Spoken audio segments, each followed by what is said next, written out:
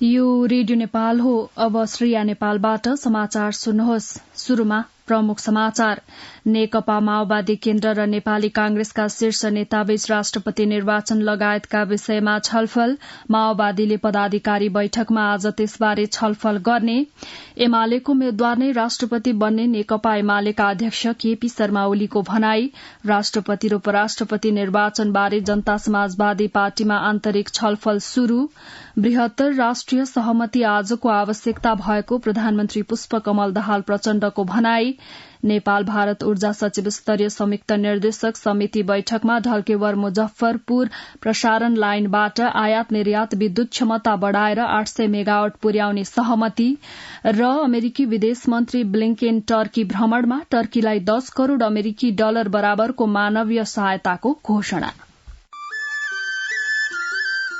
सुन त, भोलिको मिटिङको लागि सबैलाई फोन गर्यो? छैन सर, मेरो मोबाइलमा ब्यालेन्स नै थिएन। अलि पछि गर्छु ल्यान्डलाइनबाट। ल हेर, मोबाइलमा ब्यालेन्स छैन भनेर हुन्छ? तिमीलाई थाहा छैन यस कार्यालयले नेपाल टेलिकमको कर्पोरेट युजर ग्रुप अर्थात सीयूजी सेवा लिएको छ। तिम्रो नम्बरलाई पनि सीयूजीमा सहभागी गराउन। अनि सर, मेरो त प्रिपेड नम्बर हो नि। अहिले नेपाल टेलिकमले प्रिपेड र पोस्टपेड दुवै फोनमा सीयूजी सेवा लागू गरिसकेको छ। सीयूजीमा आबद्ध भएपछि हाम्रो कर्मचारीहरू बीच निशुल्क र नेपाल टेलिकमको नेटवर्कमा सस्तो दरमा फोन तथा एसएमएस गर्न र डाटा चलाउन पाइन्छ नि। तिमीलाई थप जानकारी चाहिएमा नेपाल टेलिकमको वेबसाइट www.ntc.net.np मा हेर न। नेपाल टेलिकम, राष्ट्रको संचार।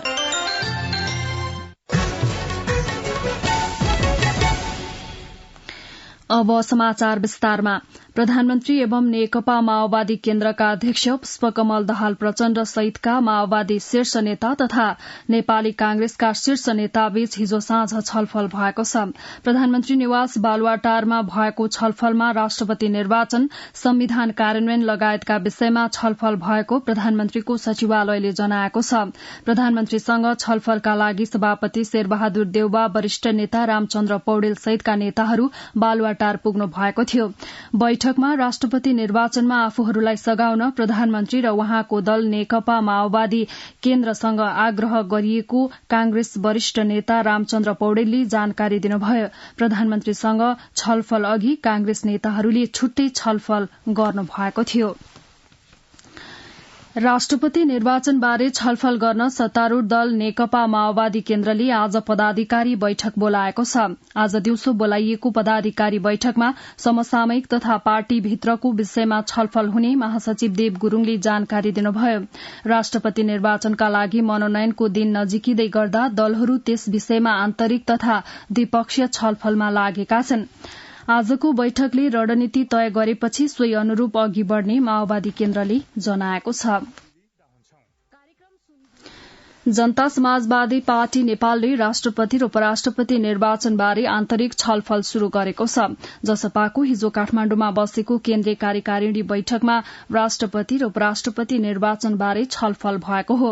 राष्ट्रपति र उपराष्ट्रपति निर्वाचनबारे ठोस निर्णय नगरिएको तर आन्तरिक छलफल भएको जसपाका प्रवक्ता प्रकाश अधिकारीले जानकारी दिनुभयो। जसपाले उपराष्ट्रपति पद आफूले पाउनुपर्ने माग गर्दै अन्य दलसँग पनि छलफल गरिरहेको जसपाले जनाएको छ। बैठकमा पार्टीको विधान अधिवेशनको तयारीका विषयमा पनि छलफल गरिएको उहाँले बताउनुभयो। सरकारलाई समर्थन गरेको जसपाले उपराष्ट्रपतिमा दावी गर्दै आएको छ। यही फागुन 25 गते राष्ट्रपति र चैत 3 गते उपराष्ट्रपतिको निर्वाचन हुँदैछ। नेकपा एमालेका अध्यक्ष केपी शर्मा ओलीले एमालेको उम्मेद्वार नै राष्ट्रपति बन्ने दावी गर्नुभएको छ। विराटनगरमा हिजो संचारकर्मीसँग कुरा गर्दै उहाँले राष्ट्रपतिको विषयमा सोची सम्झिकन समीकरण गरिएको भन्दै एमालेले उठाएको उम्मेद्वार नै राष्ट्रपति हुने बताउनुभयो। हामीले सोची सम्झिकन यो समीकरण बनाएका हौं, सोची सम्झिकन यो चलाइराखेका छौं, सोची सम्झिकन यसलाई चलाउँ। हामीले जो उम्मेद्वार उठाउँछौं त्यही बन्छ। 13 गते तपाईहरुले थाहा पाउनुहुन्छ भनेको अहिलेसम्म कसैको नाम ल्याएको छैन। कसले के कथा बनाएको छ म जान्दिन। 13 गते मनोनयन हुन्छ। अध्यक्ष ओलीले कसैले भन्दैमा अहिलेको समीकरण नटुट्ने पनि स्पष्ट पार्नुभयो। प्रधानमन्त्री पुष्पकमल दाहाल प्रचण्डले बृहत्तर राष्ट्रिय सहमति आजको ऐतिहासिक आवश्यकता भएको बताउनु भएको छ। 73औं प्रजातन्त्र दिवस मूल समारोह समितिद्वारा हिजो काठमाण्डुको टुडीखेलमा आयोजित विशेष समारोहलाई सम्बोधन गर्नुहुँदै प्रधानमन्त्री प्रचण्डले बदलिएको राजनीतिक व्यवस्था अनुरूप जनताको अवस्था बदल्न सरकार क्रियाशील रहेको बताउनुभयो।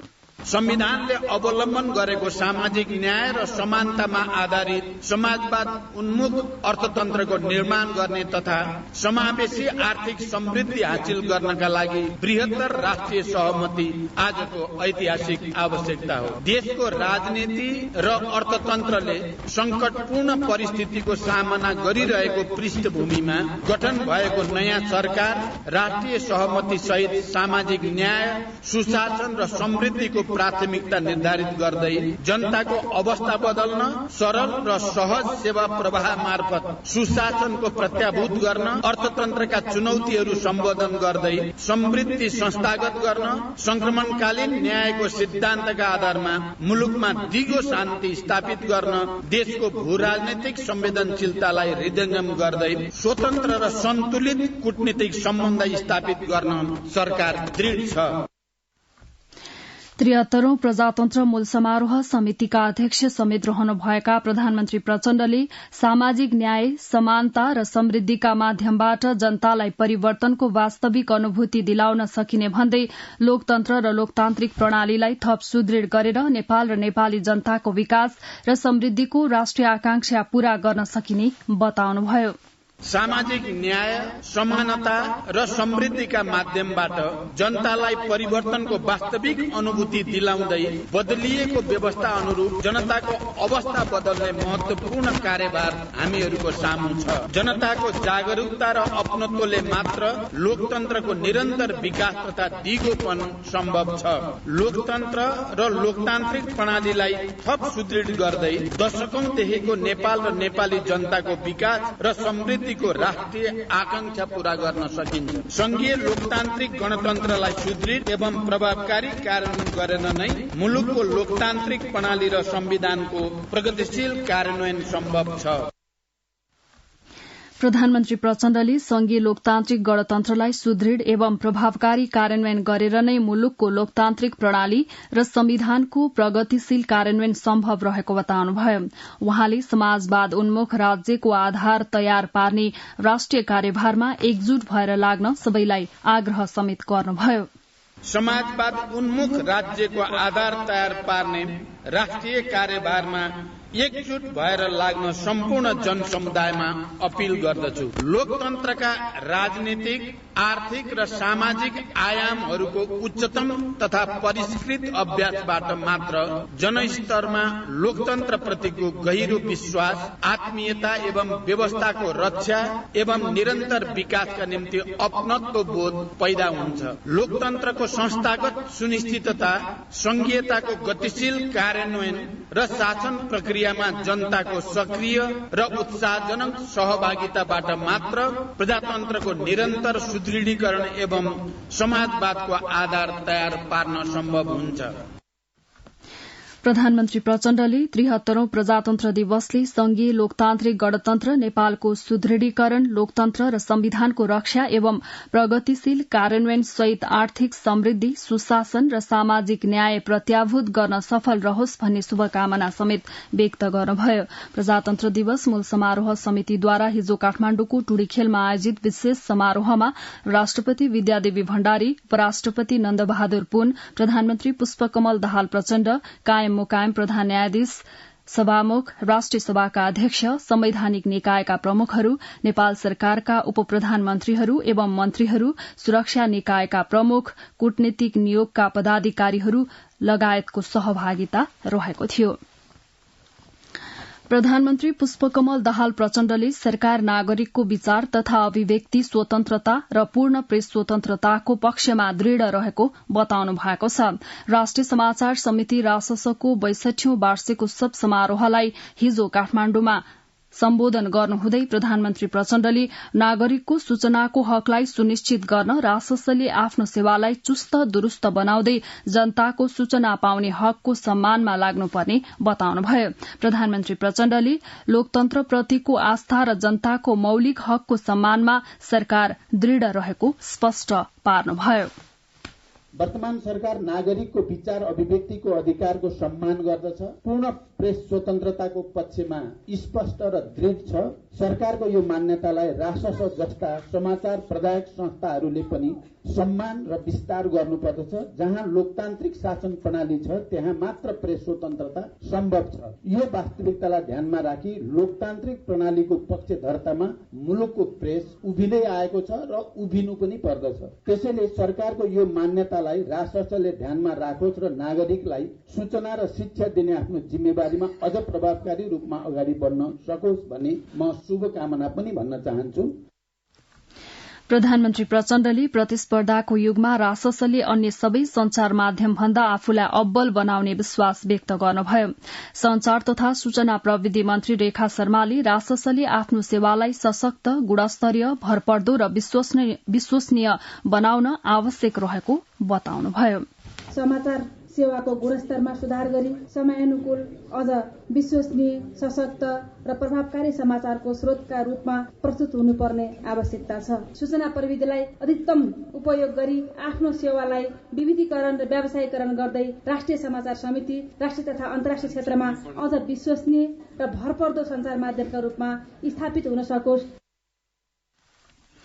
संचार तथा सूचना प्रविधि मन्त्री शर्माले राससले आफ्नो सम्पत्तिको सही सदुपयोग र संस्थाको सबलीकरण गर्न पुनर्संरचना गरेर जानुपर्ने औल्याउनुभयो। नेपाली कांग्रेसका महामन्त्री विश्वप्रकाश शर्माले अबको राष्ट्रपति कांग्रेसबाट बन्ने बताउनु भएको छ। नेपाली कांग्रेस सुर्खेतले हिजो आयोजना गरेको कार्यकर्ता भेटघाट कार्यक्रममा महामन्त्री शर्माले कांग्रेस उम्मेद्वार नै राष्ट्रपतिमा निर्वाचित हुने दावी गर्नुभयो। महामन्त्री शर्माले संविधानको संरक्षक र कार्यान्वयनको जिम्मेवारी राष्ट्रपति पद ठूलो पार्टीको हैसियतले कांग्रेसले पाउनु स्वाभाविक रहेको बताउनुभयो।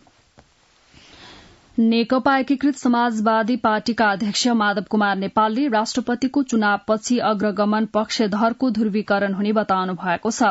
पार्टी निकट अनेरा सोभिको स्थायी कमिटिको दोस्रो बैठकको हिजो उद्घाटन गर्नुहुँदै अध्यक्ष नेपालले विगतमा संविधान र संघीय लोकतान्त्रिक गणतन्त्रको रक्षाका लागि एकताबद्ध भएका शक्तिबीच छलफल गरी राष्ट्रपतिको साझा उम्मेद्वार प्रस्ताव गरिने बताउनुभयो। अध्यक्ष नेपालले अबका केही साताभित्र सत्तारूढ़ गठबन्धनको भविष्य टुंगो लाग्ने विचार व्यक्त गर्नुभयो। आगामी वैशाख 10 गते चितवन क्षेत्र नम्बर 2 मा हुने उपनिर्वाचनका लागि निर्वाचन आयोगले दल दर्ता गर्न आह्वान गरेको छ। आयोगले सूचना जारी गर्दै फागुन 10 देखि फागुन 16 गतेसम्म दल दर्ताका लागि आह्वान गरेको हो। सूचनामा 2079 फागुन 5 गतेसम्म दर्ता कायम रहेका राजनीतिक दललाई दर्ता गर्न भनिएको छ। प्रतिनिधि सभाका तत्कालीन सांसद रवि लामिछानेको सांसद पद सर्वोच्च अदालतले खारेज गरिदिएपछि रिक्त रहेको चितवन क्षेत्र नम्बर 2 मा आगामी वैशाख 10 गते उपनिर्वाचन गर्ने तय भएको छ। उपनिर्वाचनका लागि आयोगले निर्वाचन कार्यतालिका समेत सार्वजनिक गरिसकेको छ। निर्वाचन आयोगले सार्वजनिक गरेको कार्यतालिका अनुसार चैत 20 गते मनोनयन दर्ता, चैत 21 गते उम्मेद्वारको विरोधमा उजुरी, चैत 22 गते मनोनयन पत्र र उजुरी उपर जाँचबुझ गरी निर्णय दिने तथा उम्मेद्वारको नामावली प्रकाशन गर्ने रहेको छ। यस्तै चैत 23 गते उम्मेद्वारको अन्तिम नामावली प्रकाशन गरी उम्मेद्वारलाई निर्वाचन चिन्ह प्रदान गर्ने कार्यक्रम रहेको निर्वाचन आयोगले जनाएको छ। निर्वाचनमा सबै सधैँ सँगै भन्ने नाराका साथ हिजो 7औं निर्वाचन दिवस मनाइएको छ।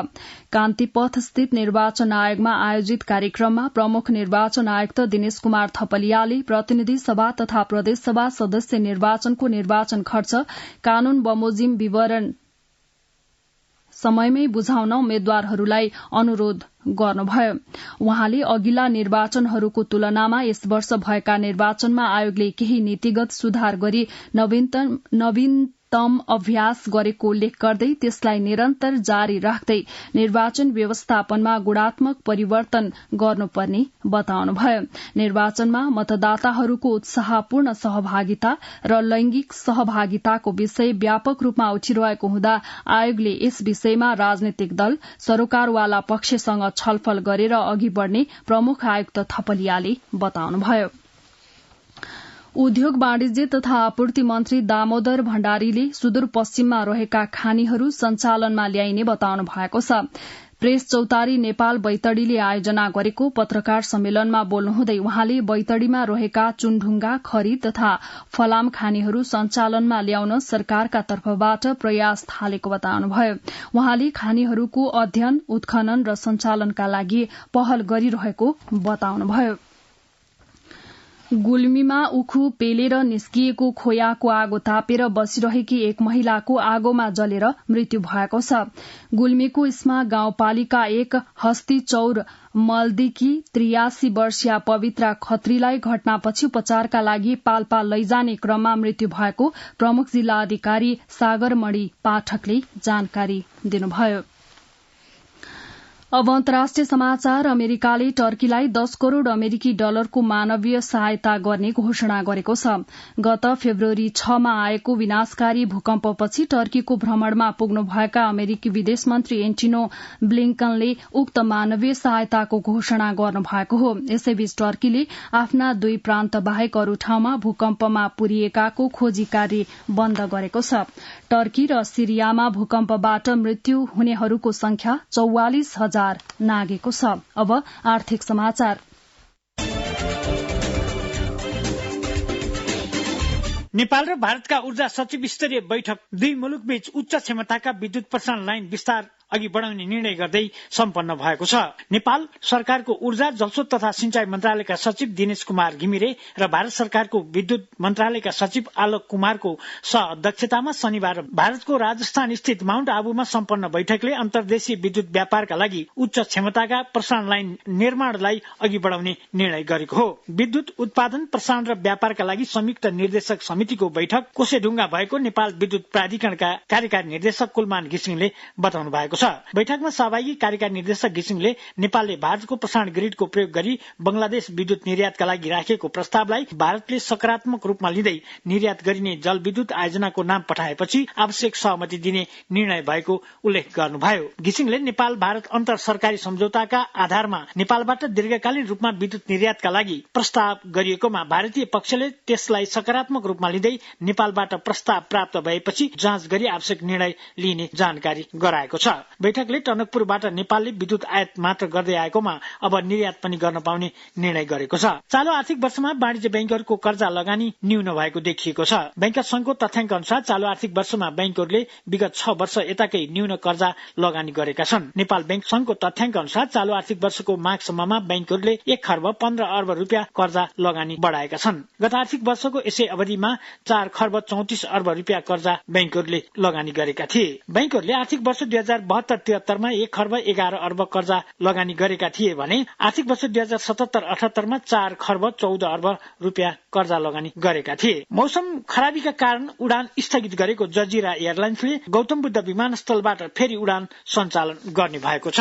जजिराले फागुन 25 गतेदेखि अन्तर्राष्ट्रिय उडान शुरू गर्न थालेको जनाएको छ। मौसमका कारण गौतम बुद्ध विमानस्थलबाट उडान रोकिएको 2 महिनापछि जजिराले फेरि उडान गर्न लागेको हो। जजिराले फागुन 25 देखि हप्ताको 3 उडान गर्ने जनाएको छ। मोरङ बेलबारीका किसान विवेक बोगटीले यस वर्ष च्याउ खेती गरेर करिब 50 लाख रुपियाँ आमदानी गर्ने लक्ष्य लिनु भएको छ।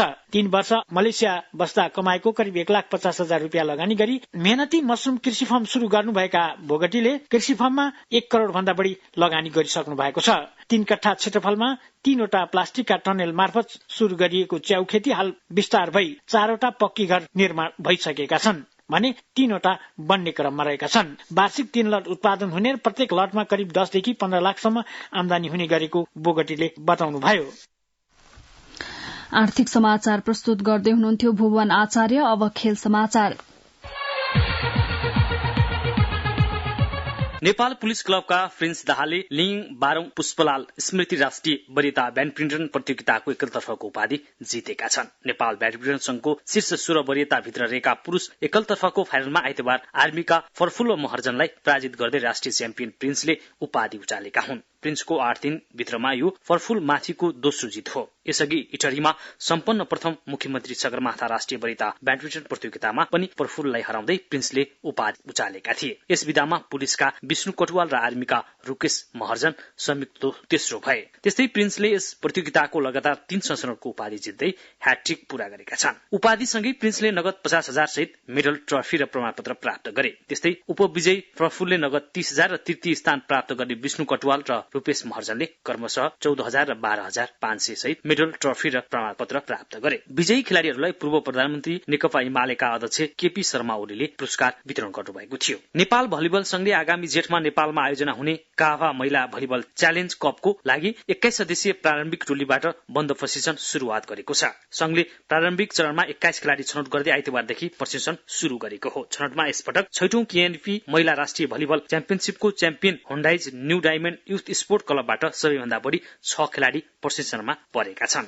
एपीएफ र आरबीबाट समान 5 खेलाड़ी तथा 7औं एनभीए क्लब च्याम्पियनशिपको च्याम्पियन पुलिसबाट 4 खेलाड़ी छनौटमा परेका छन्। गण्डकी प्रदेशबाट राष्ट्रिय टोलीकै कप्तान अरुणा साई मात्रै प्रारम्भिक चरणको टोलीमा परेकी छिन्। गत वर्ष नेपालको एसियन सेन्ट्रल जोनको उपाधि जित्दा टोलीमा रहेका 3 खेलाड़ी पुलिसकी मनिषा चौधरी र लक्ष्मी चन्द तथा आर्मीकी शान्ति थारू प्रारम्भिक चरणमै पर्न सकेनन्। 7औं एनबीए क्लब च्याम्पियनशिप र पछिल्लो विभिन्न प्रतियोगितामा गरेको प्रदर्शनलाई आधार मान्दै चिफ कोचहरूले प्रारम्भिक चरणमा खेलाड़ी छनौट गरिएको संघका महासचिव रोशन श्रेष्ठले जानकारी दिनुभयो। बेल्जियन प्रशिक्षक जान डे ब्रान्ड नेपाल नआइपुग्दासम्म यसअघि महिला राष्ट्रिय टोलीका मुख्य प्रशिक्षक रहेका जगदीश प्रसाद भट्ट र प्रशिक्षक भरत यादवले टोलीलाई प्रशिक्षण दिनेछन्। बेल्जियन प्रशिक्षक जान डे ब्रान्ड मार्च पहिलो साता नेपाल आइपुग्ने संघले जनाएको छ।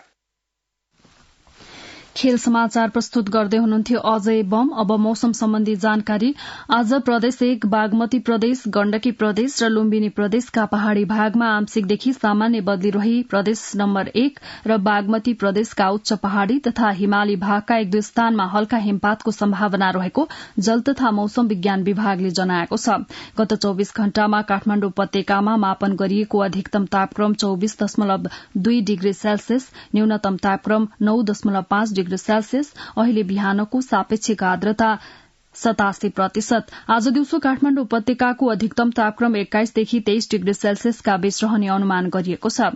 काठमाडौँ उपत्यकामा सूर्योदय अघि बिहान 6 बजेर 37 मिनटमा भयो भने सूर्यास्त भरे साँझ 5 बजेर 58 मिनटमा हुनेछ। अन्त्यमा यस प्रसारणका प्रमुख समाचार फेरि एकपटक।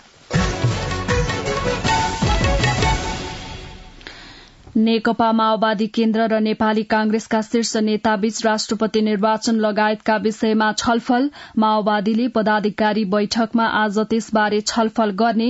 एमालेको उम्मेद्वार नै राष्ट्रपति बन्ने नेकपा एमालेका अध्यक्ष केपी शर्मा ओलीको भनाई। राष्ट्रपति र उपराष्ट्रपति निर्वाचनबारे जनता समाजवादी पार्टीमा आन्तरिक छलफल शुरू। बृहत्तर राष्ट्रिय सहमति आजको आवश्यकता भएको प्रधानमन्त्री पुष्पकमल दाहाल प्रचण्डको भनाई। नेपाल भारत ऊर्जा सचिव स्तरीय संयुक्त निर्देशक समिति बैठकमा ढल्केवर मुजफ्फरपुर प्रसारण लाइनबाट आयात निर्यात विद्युत क्षमता बढ़ाएर 800 मेगावाट पुर्याउने सहमति। र अमेरिकी विदेश मन्त्री ब्लिंकेन टर्की भ्रमणमा, टर्कीलाई 10 करोड़ अमेरिकी डलर बराबरको मानवीय सहायताको घोषणा। रेडियो नेपालबाट बिहान 7 बजेको समाचार सकियो। अर्को समाचार बुलेटिन 8 बजे अंग्रेजीमा सुन्न सक्नुहुनेछ। हवस् त, नमस्कार।